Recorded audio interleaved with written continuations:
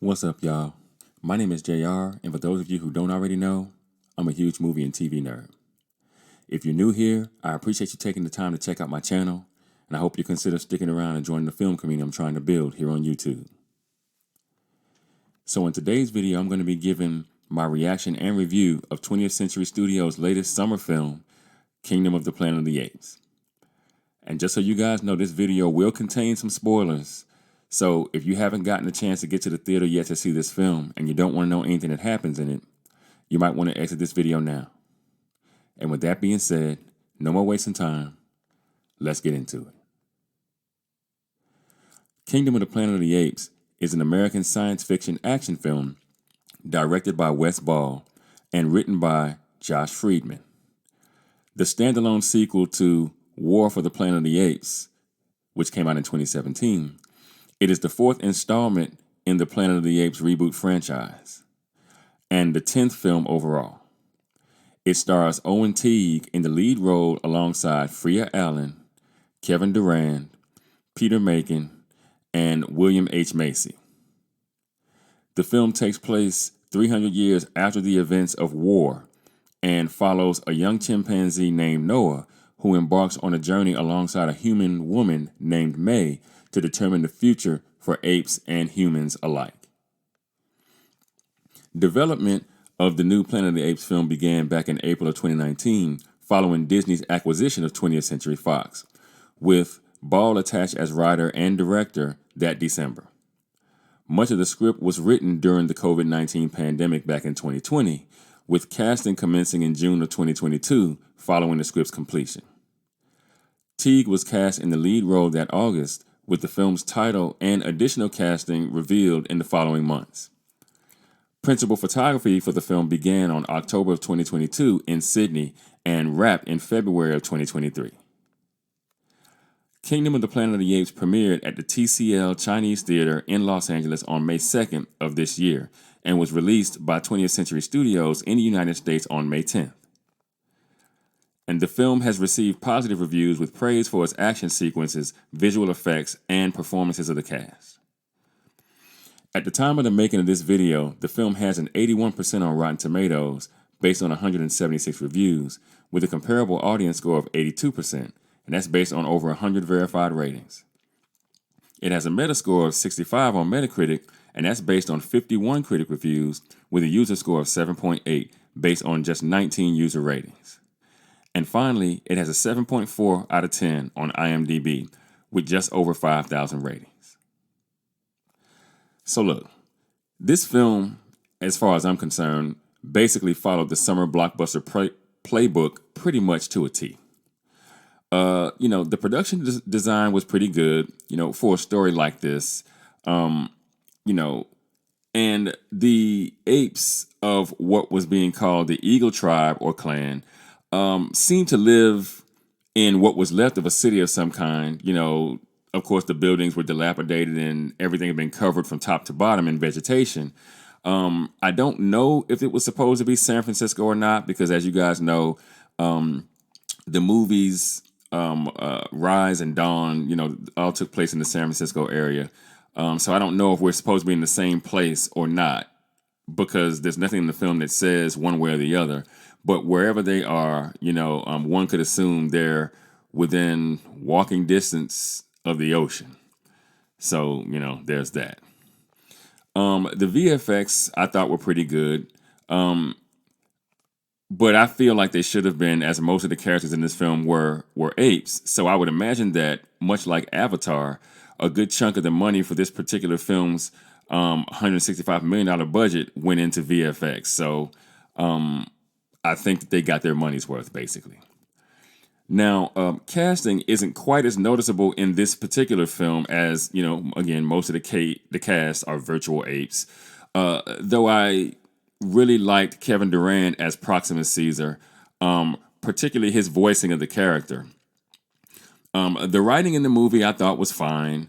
Listen, the dialogue's not going to blow you away, but in a film like this, it doesn't really have to, as most of the characters are apes speaking in short, broken English. So, I thought the pacing of the film was a little slow, especially in Act 1.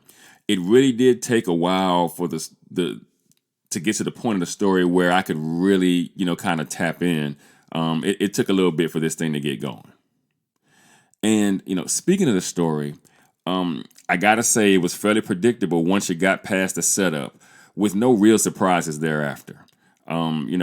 Noah's village is raided by Proxima Caesar's crew while he's away trying to find another eagle egg after he breaks the one that he gets at the very beginning of the film. And so he has to go out in the dead of night and find another one. And so, while he's out, his village gets raided, and, he tries to defend his father. His father is killed in the raid, and he is, thrown from the top of the highest building, in his village, and he's thought to be dead, but, it turns out he's not. And so he wakes up, he buries his father, and then he has to go on this journey to look for his mother and his love interest Suna. And while he's on this journey, he meets Raka, and Raka tells him about Caesar, the leader of the apes from the previous trilogy of films, whose funeral we see in the film's opening image. And, kind of we get a chance to see how Caesar's legacy is kind of starting to fade away a little bit because of so much time having passed. They say it's many, many generations after Caesar's funeral. So, like the film said, 300 years essentially after the events of the last film. So that's a pretty long time for things to kind of, deteriorate that might have been set in motion by Caesar, in the first three films.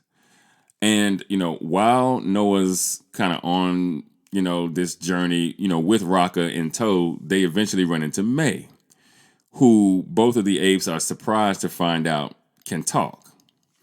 You see, in this movie, again, like I said, it takes place so far after Caesar's death that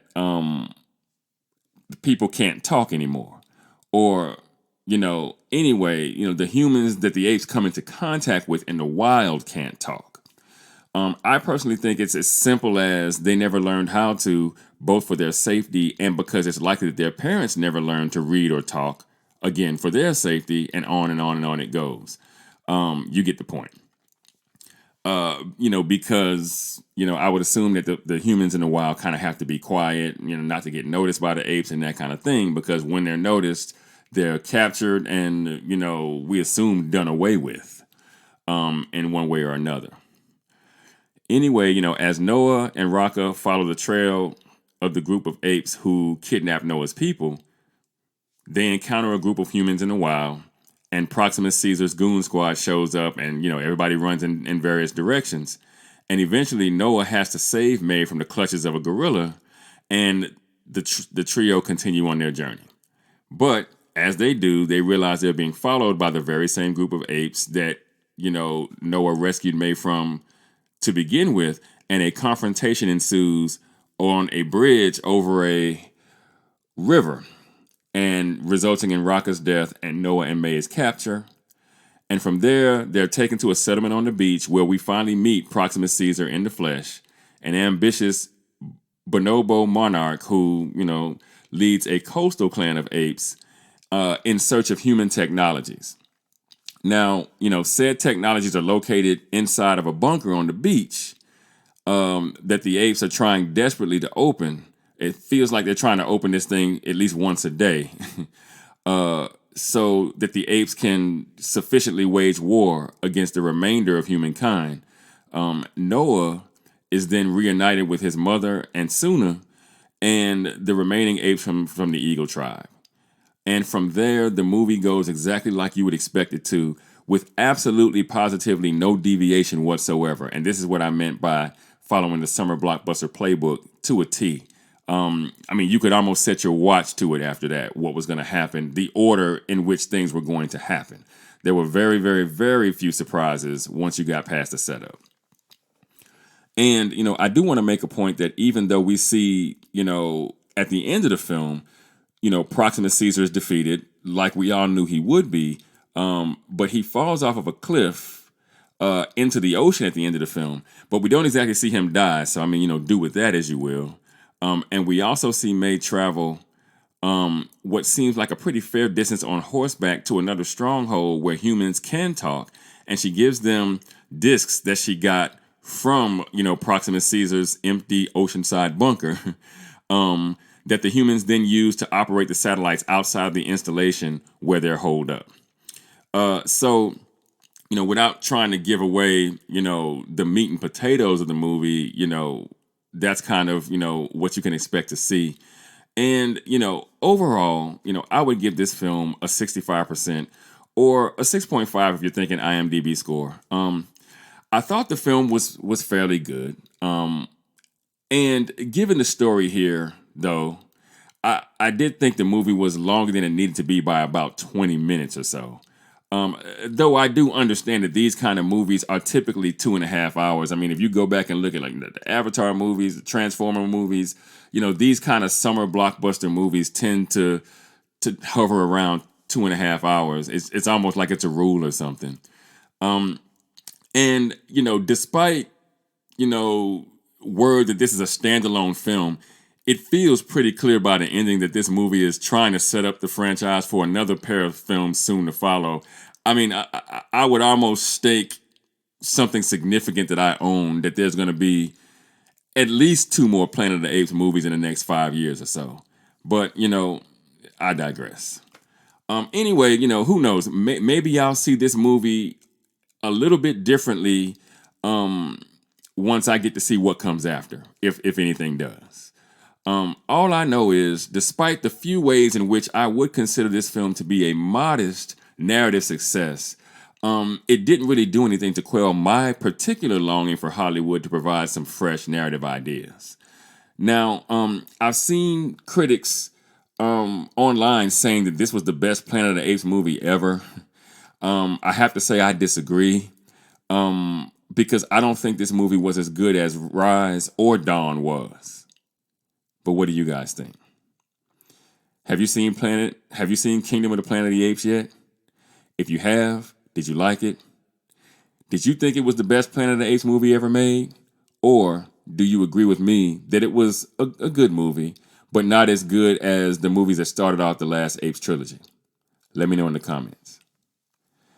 And for those of you who might be new to the channel, be sure to like and share this video. If you really like the content, be sure to subscribe and hit that notification bell. That way you'll be notified whenever I drop a new video. Also, be sure to go and check out themadschreenwriter.com for more television and film reviews and info on my upcoming film projects. And with that, I'm going to go ahead and get out of here. I got screenplays to write. And I'll catch y'all on the next video.